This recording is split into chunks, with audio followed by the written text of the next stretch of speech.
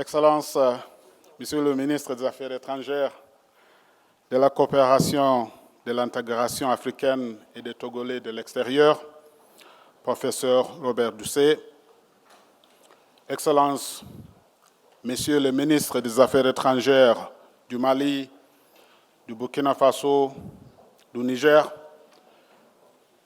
Excellences, le représentant spécial du secrétaire général des Nations Unies pour l'Afrique de l'Ouest et le Sahel, Excellences, le haut représentant du président de la Commission de l'Union africaine pour la région du Sahel, distingués envoyés spéciaux, ambassadeurs, représentants des organisations régionales et internationales, Mesdames et Messieurs, au nom de la CEDEAO, j'exprime ma sincère gratitude au gouvernement et au peuple de la République togolaise pour avoir convoqué cette importante réunion, ainsi que pour l'esprit d'hospitalité exceptionnel. Excellences, cette réunion n'est pas simplement un rassemblement de diplomates et de ministres. C'est une réunion de famille. Une famille qui a connu des désaccords et des éloignements, mais une famille qui n'a jamais cessé d'appartenir à elle-même.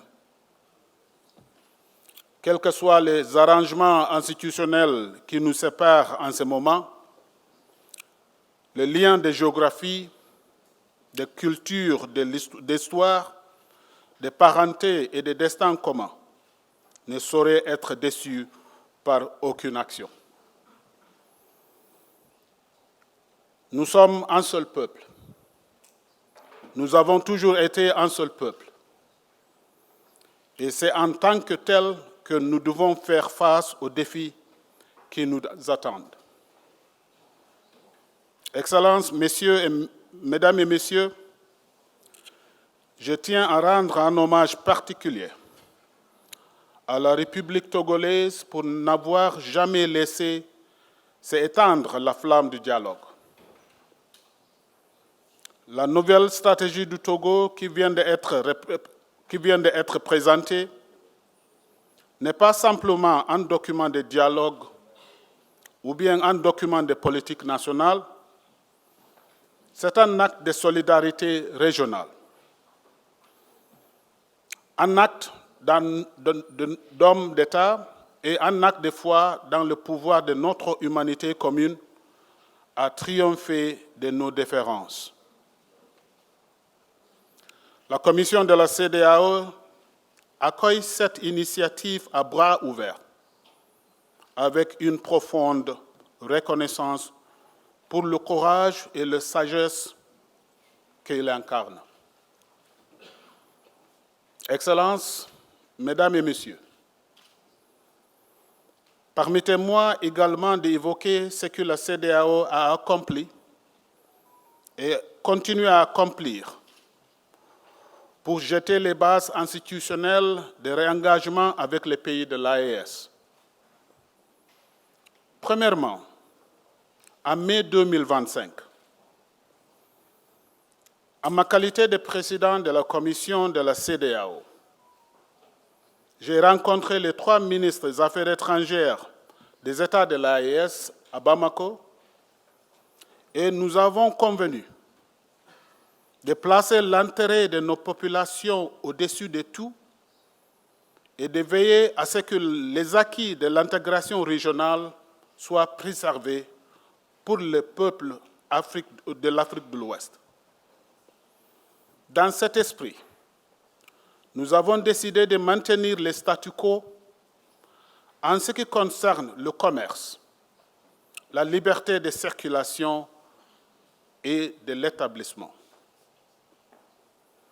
La CEDEAO a également salué et entraîné la décision des 3 pays de rester membres de la Banque de l'investissement et développement de la CEDEAO, BIDC, qui se trouve ici à Lomé, et du GIABA.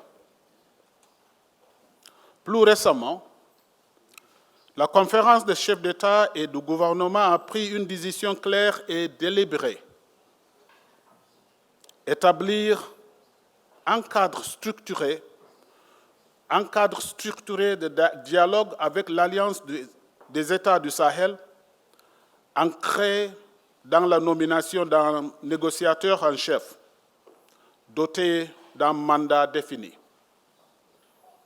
C'est-à-dire un mandat, ce mandat est sans ambiguïté, c'est-à-dire de mener par une diplomatie patiente, respectueuse et fondée sur des principes, un engagement stratégique soutenu avec l'AES sans aucune arrière-pensée.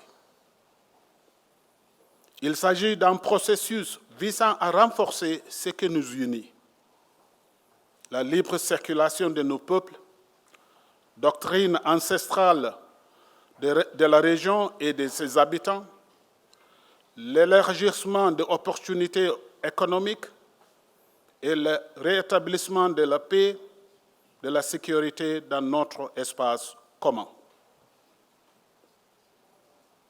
Excellencies, ladies and gentlemen, I would be failing in my duty if I address this gathering without speaking frankly about the larger context in which all of this is unfolding. The world is changing rapidly, profoundly, and in ways that carry grave implications for our region. The architecture of multilateralism that we relied upon for decades is under severe stress. The rule-based international order is contested. The scramble for resources has taken on new urgency. Climate shocks are deepening food insecurity. Demographic pressures are mounting. And in our own region, the human suffering caused by violent extremism continues to demand not just military responses, but political solutions rooted in legitimate governance and economic inclusion. In such a moment, the question before us is not simply whether our community survives this period. The question is whether West Africa, as a coherent region with a collective voice, can shape its own future, or whether fragmented and divided, it will be shaped by others. The 15 countries of this region together represents over 400 million people, the second most dynamic regional economy on the continent, and a demographic youth dividend that the world cannot afford to ignore. But only if we act together can we convert that potential into power. J'en appelle donc, depuis cette tribune, à un engagement renouvelé pour la dignité, la sécurité, la prospérité et la liberté de chaque homme, de chaque femme et de chaque enfant de cette région. Cet appel exige de la franchise. La CEDEAO doit également regarder en elle-même. Nous devons reconnaître que nos institutions n'ont pas toujours tenu les promesses faites au peuple. Nous devons être prêts à réformer, à nous adapter et à écouter davantage et à servir mieux. La légitimité de notre projet régional ne repose pas sur l'élégance de nos textes fondateurs, mais sur la différence tangible qu'il apporte dans la vie quotidienne des populations, dans celle de la commerçante qui peut franchir une frontière sans harcèlement, du jeune professionnel qui peut construire une carrière à travers notre région, de l'agriculteur qui peut accéder à un marché régional sans être écrasé par des droits prohibitifs, de la mère qui ne craint plus que son enfant soit recruté par un extrémiste faute d'autres perspectives.